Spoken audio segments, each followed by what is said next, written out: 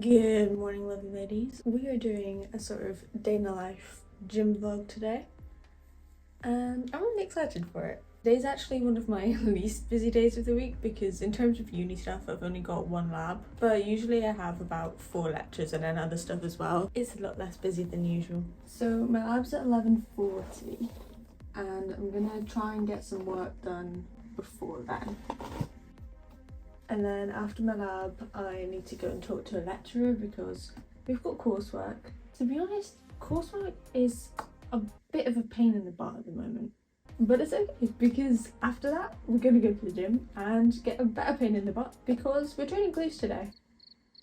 I'm currently doing a 5-day split, so I've got 2 upper body days and then 3 leg days. Before my leg days, I like to do 1 quad day, 1 glute day, and then sort of everything like day, just for fun. I also think that today is going to be a hat sort of day because look at this. This is becoming a habit. I'm making YouTube videos on my shower days and it's not ideal. Shower is definitely on the to-do list for later. I study engineering and it is a very intense course. I've got quite a lot of work to do, so first, once I'm finished getting ready, I'm going to do some design project work. Basically just research for now. I'm also going to go through how I structure my leg workouts closer to the end of the video, so make sure you hang around. And yeah, I'm super excited for the gym later. I don't know about you, but after a long day of lectures, the gym is such a nice sort of refresh, especially if I have to do any work in the evening as well. But there are also those days where I just don't have energy for the gym. My Mondays are 9 till 5. It's a full-time job, this student life. Loving the vid today. You've probably guessed it's from Gymshark, but this is one of my absolute favourite fits. I love these joggers because they've got pockets. The pockets is all you need.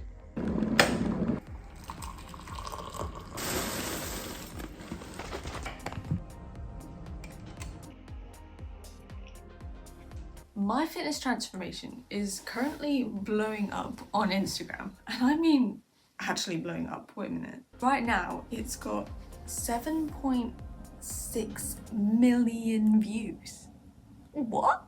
That's crazy. It's also going up really fast, like insanely fast, so I'll update you tonight. It's been going like a bit of a wave, you know?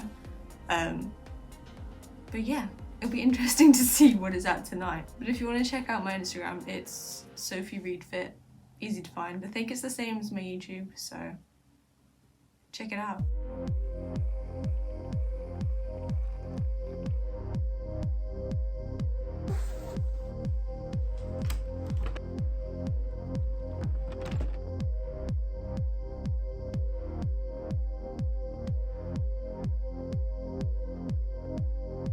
Okay, it's the moment we've all been waiting for, the glute workout that changed my glutes and I've been seeing really good progress with recently. As always, we're going to start with a full body warm-up. I cannot emphasize enough how important it is to warm up before you work out. The aim of your warm-up is basically just to get the blood flowing, so you're less likely to get injured in your actual workout. I like to do this with a mixture of dynamic stretches, and I also do a little 10 minutes of light cardio before that. I always walk to the gym, so I class this as my cardio, but if you drive to the gym, then it is a good idea to do 10 minutes on the treadmill or something. So as you can see, for the dynamic stretches, I'm not holding them any longer than 30 seconds. After this, I class this as static stretches, but you want to save those to the end of your workout. Static stretches sort of help release the lactic acid that you've built up in your muscles during a workout, so this is why they're better for your cool down. In my warm-ups for leg day specifically, I like to include moves that will help open up my hips. So things like sitting in a low squat, 90-90s, and leg swings. Okay, for my first exercise, some people might think it's a bit of a rogue one, but I like to do 2 sets of 16 to 18 reps of hamstring curl. This is because I find it leads on really well for my warm-up and helps prepare my hamstrings for later exercises in the workout. When I started training, I made the mistake of not doing direct hamstring training like this, and that is one thing that I didn't realise that was holding back my glute growth, because the glutes are connected to the hamstrings, right? So if you want to grow your glutes, you've also got to work on your hamstrings. So when you're setting up, you want to adjust the seat so that your knees are in line with the pivot point of the machine. You can kind of see it the way I've got it set up here. You want to adjust the pad on top of your legs so that it's as low as it can go. This will just make sure that you're not going to slide out from underneath it when you're doing your hamstring curls. When I'm using a heavier weight, I do sometimes find that I am actually sliding out from underneath it a bit. And so far, the only way I've really found to minimize this is by putting my hands directly on top of the pad rather than on the handles. This helps me create a bit more downwards force, but if anyone has any tips on how not to slide out from the hamstring machine, then drop them in the comments because I would genuinely love to know.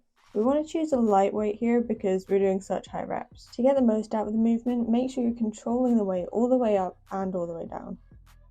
Now we're going to move on to probably one of the best exercises to grow your glutes, which is the barbell hip thrust. I always start off my hip thrust with a banded warm-up set using a really light weight just for 15 reps. This really helps me get into the right movement pattern and also primes my muscles for adding on weight in my working sets. Hip thrusts mainly target the gluteus maximus, so I'm using the band as part of my warm-up to encourage the activation of other glute muscles such as the gluteus medius, which is on the side of your glutes. You'll also naturally be getting a little bit of hamstring involvement in there as well, but if you want to target the hamstrings a bit more or also the lower glutes, I'd move my feet a bit further away from my body. I usually like to have my feet about shoulder width apart directly underneath my knees. A really good hack I like to use when I'm adding weight to my working sets is using the big yellow bumper plates first and then adding smaller plates on top of that.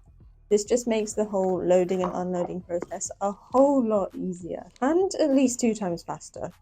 Okay, I'll warn you now, but these working sets are brutal.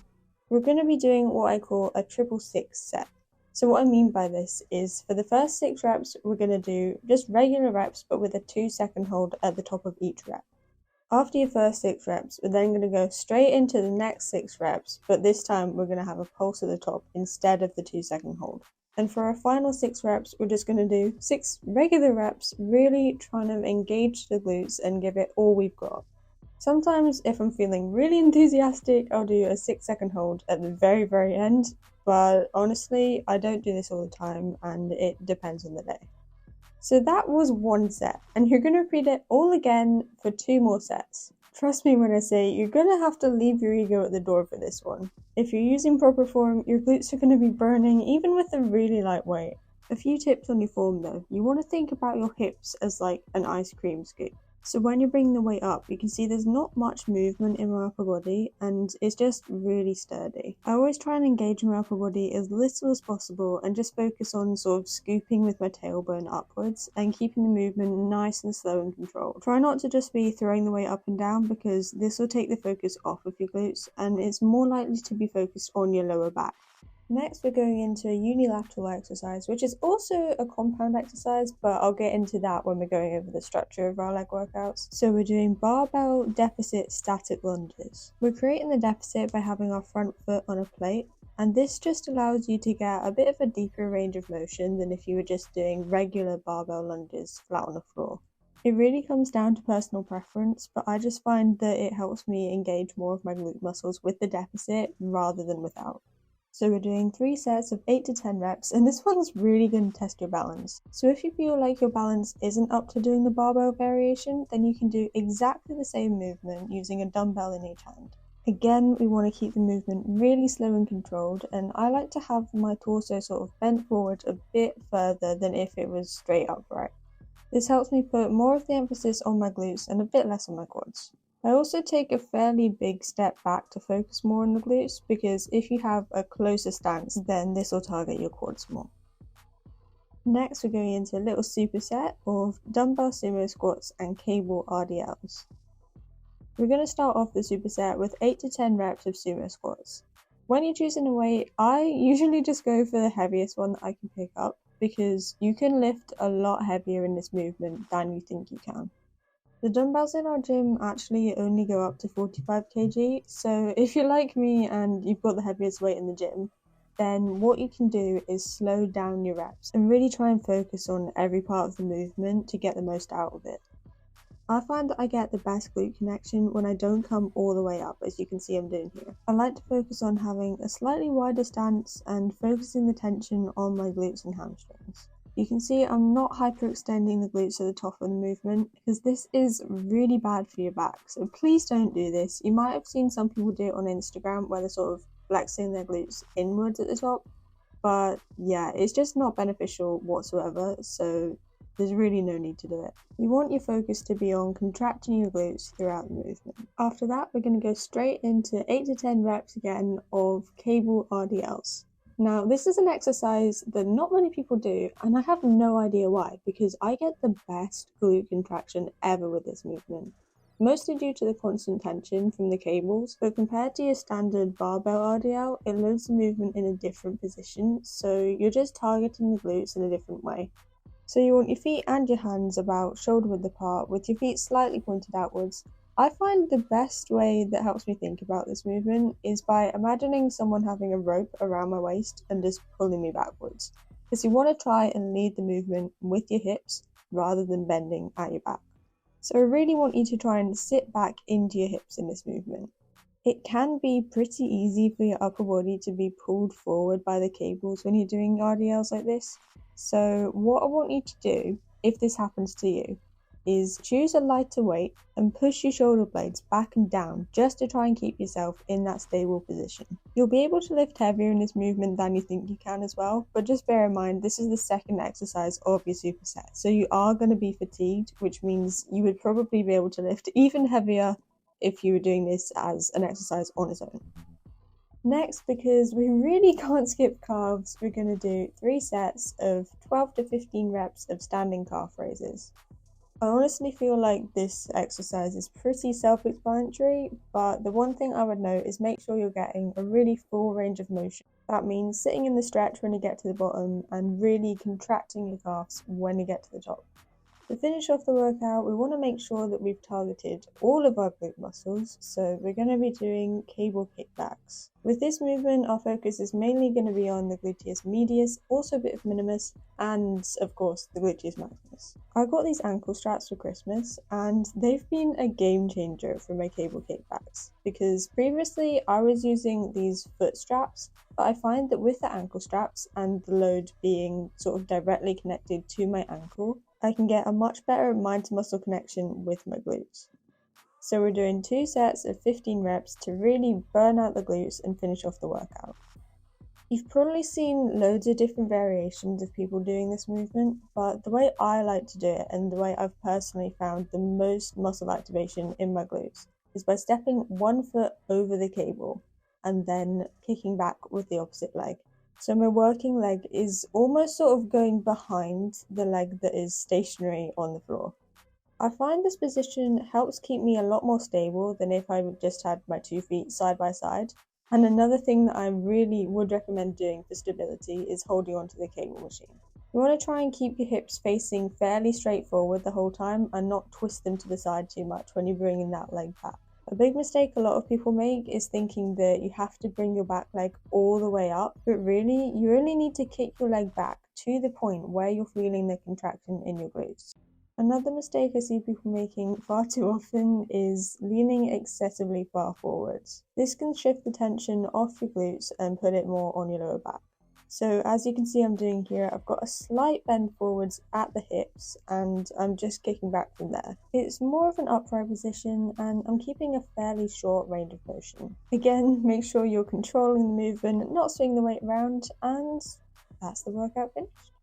But there's some key things about the structure of this workout that I want to go over in a bit. But in the meantime, if you've got any questions about any of the exercises in this workout, just drop them in the comments because I'll be more than happy to answer them. And a subtle flex down the hall. This was actually really awkward because there's a window in the door to the gym, which I was in front of, so I was staring someone in the face the whole time.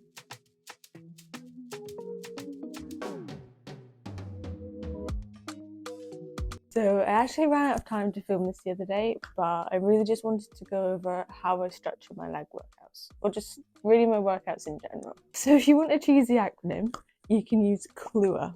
So we've got compound lifts, unilateral exercises, and accessories. Let's break it down.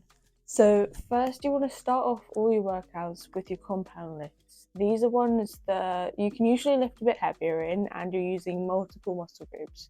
So your main ones are going to be your squat, bench and deadlift. Obviously, you're probably not going to bench on your leg days. So I like to start off my leg workouts with either squats, deadlifts or hip thrusts, because these are all examples of compound exercises. Now, you would have noticed from the workout we did earlier that I didn't actually start with the compound exercise, but I'll get onto why I did that in a minute because there was a very specific reason.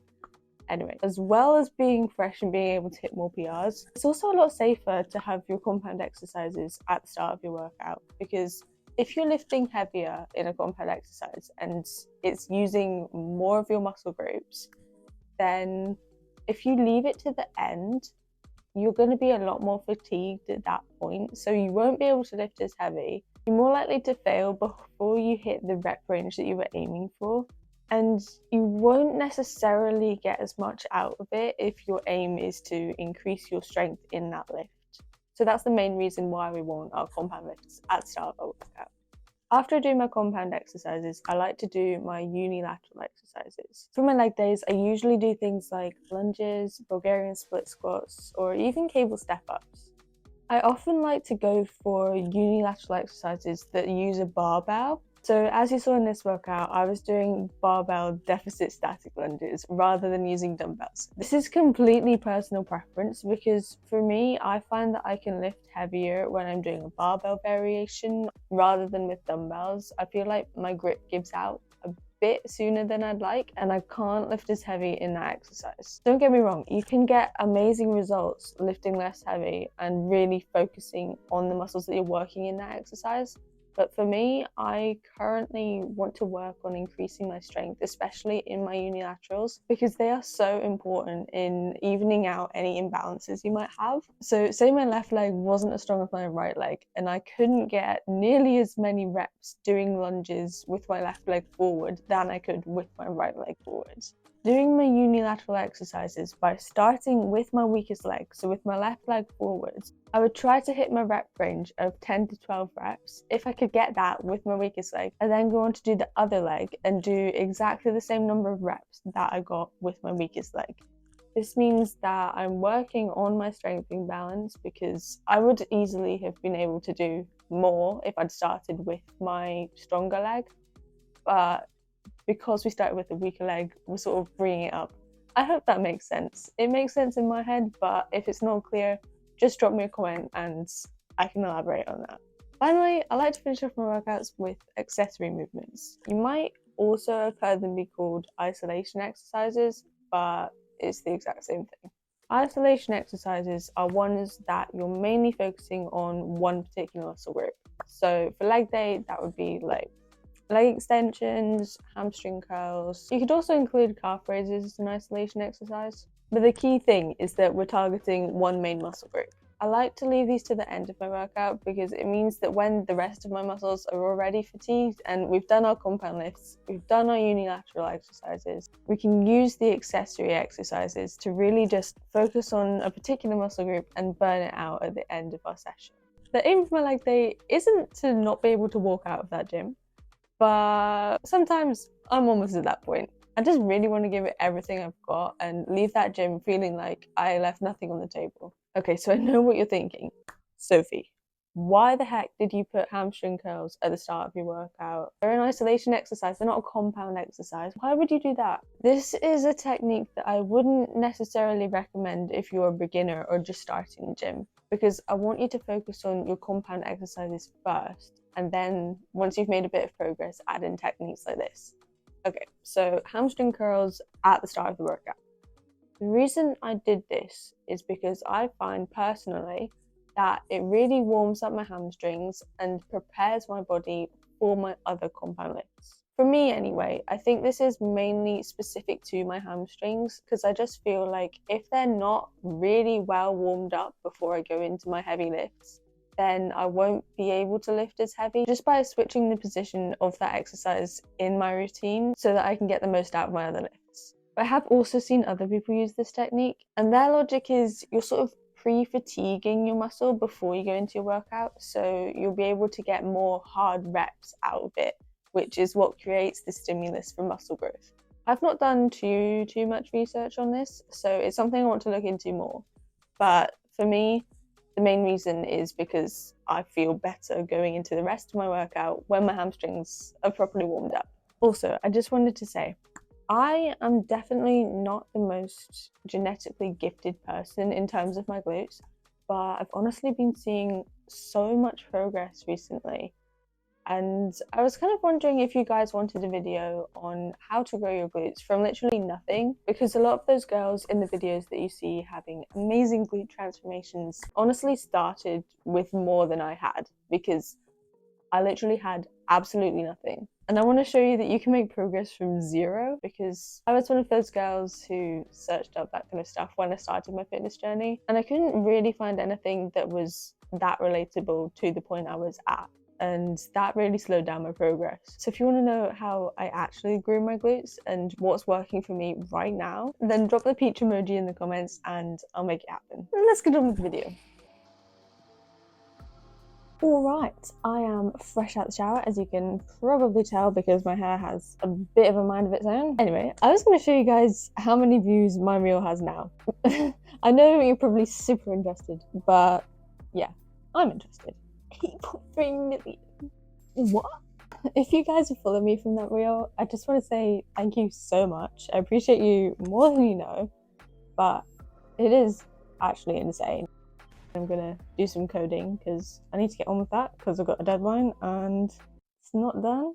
Food first, because food is fuel. And if you don't have fuel, then you can't push hard in the gym, your muscles aren't going to grow, you're not going to get stronger, and you're not going to see much progress. So we're going to refuel. We're getting the gains. Also, a lot of people have been asking if I'm making money from this channel yet because I've got more than 1,000 subscribers. Unfortunately not, because you also need 4,000 hours of watch time, and I currently have less than 3,000. I would really appreciate it if you guys watch to the end of the video on all my videos that you watch, because that'll just really help me and you'll be able to support me after I hit that 4,000 hour watch time mark. I do really appreciate the support that you guys have shown so far. It's honestly incredible, and just to know that I can make a difference to people's lives, it's what keeps me going, and I'm loving it. So keep smashing it, guys. If you like this style of video, I'll pop another one here because you're gonna like that one as well. Okay, good night. Love you guys. Bye. So I think someone's going to get that. If not, I'm gonna have to go. Push hard in the gym in a month because food is fuel.